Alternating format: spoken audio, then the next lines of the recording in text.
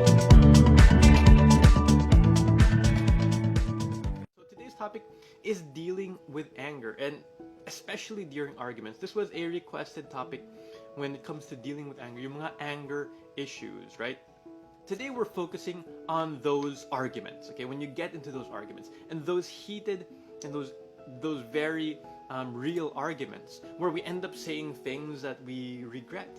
And in these arguments, we end up doing things that we regret as well. Have you ever been in those kind of arguments? Have you had those kinds of arguments maybe with a partner or maybe with other people, friends, or even enemies or co-workers? Have you ever had that experience before? So the question is, especially if we've had this experience now, how do we handle these kinds of arguments, right? Well, first of all, we should try and avoid these arguments as much as possible, right? We should try to avoid them as much as possible. We can usually tell if a discussion or argument is starting to become heated, right? You can feel it. You can feel it. It's getting there, right? You feel your blood starting to boil and you start losing control of your emotions, right? And you see the same thing happening in the person you're dealing with, in the person you're having an argument with, right? You see the same effects, the blood starting to boil, the emotions boiling over. And these are the warning signs, right? These signs here, these are the warning signs. And once we start noticing these warning signs, this is the best time to stop the argument from escalating. Okay? Because at this point, our brains haven't been overtaken by our emotions yet, diba? And we can still make proper decisions. Once we get past this point, though, there is no turning back. There's no turning back. Our ego, our emotions, it takes over. We lose control, and then we say things or we do things that we end up regretting afterwards. So it's really important. It's very important that once we notice that the warning signs are there, you know, we should try to stop. We try to stop and turn things around. Okay, we try to stop. The warning signs, you know, when we feel like our heart beating faster, when we feel our anger starting to rise, when we start to lose control, once those are there, the first thing we should do is try to slow down our heart rate. Okay, try to slow it down. I find that, you know, taking slow, deep breaths, it's the most helpful thing to do here. If it's possible, it would be best to take a timeout from the argument and discuss things later when both of you have cooled down, when both of you aren't angry anymore, when both of you have cooled down. Explain to the other person that you're not ignoring them. You have to explain to them, okay, I'm not ignoring you, I'm not pushing away, but I feel that I might say something I don't mean. Tell them that you might say something you don't mean and that you need some time. You need some time to collect yourself. You need some time to gather your emotions, right? And why would you do this? Why would you take that time out? The reason is because you care for the other person. You care for the person you're in an argument with.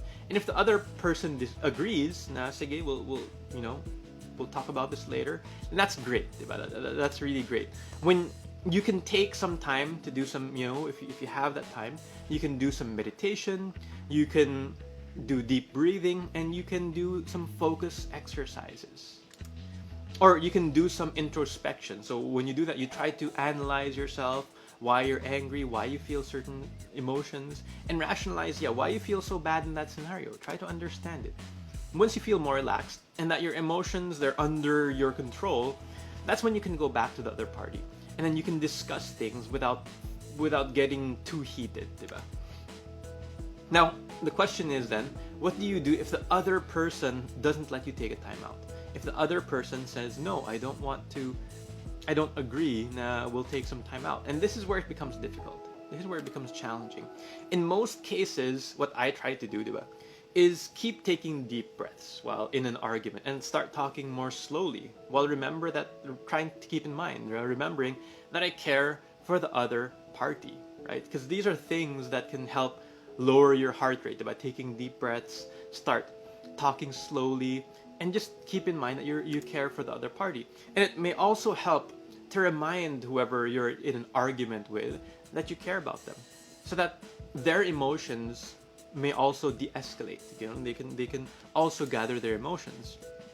However, there are rare cases where de-escalation is just not possible. No matter what you try, di talaga pwede, right? It's not possible at all. And the other party, or both of you really won't feel satisfied until you release your emotions, right? Until you have an outlet. And that's when things get dangerous, though, right? That's when things get scary. If this happens often with a partner, I find it valuable to sit down and talk with them.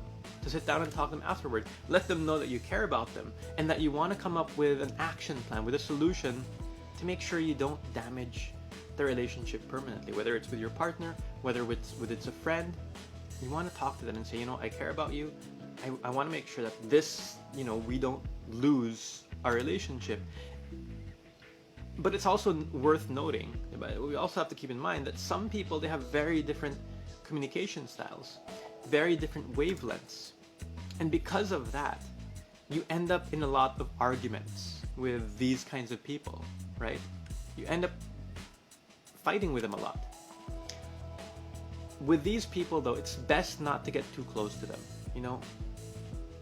so you can avoid any potential arguments, because you have different communication styles, you have different wavelengths, so you really can't communicate properly.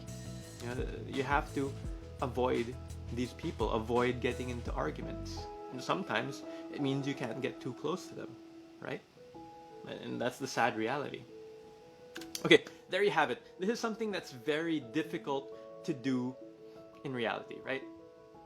In real life, it's something that's really hard to do, but I do recommend you try your best. Follow the tips I give. Maybe you have your own tips that you can add. Maybe you have your own comments that you can add. Let me know.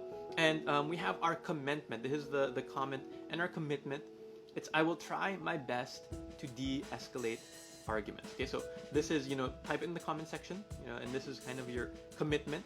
I will try my best to de-escalate arguments. And yes, if you found this helpful, once again, I'm doing this for free just to spread the word of hope and happiness to others. So it would really help if you share this with others, or if you tag other people, so that they can also learn about de-escalating arguments. Or have a great rest of the week. Bye-bye.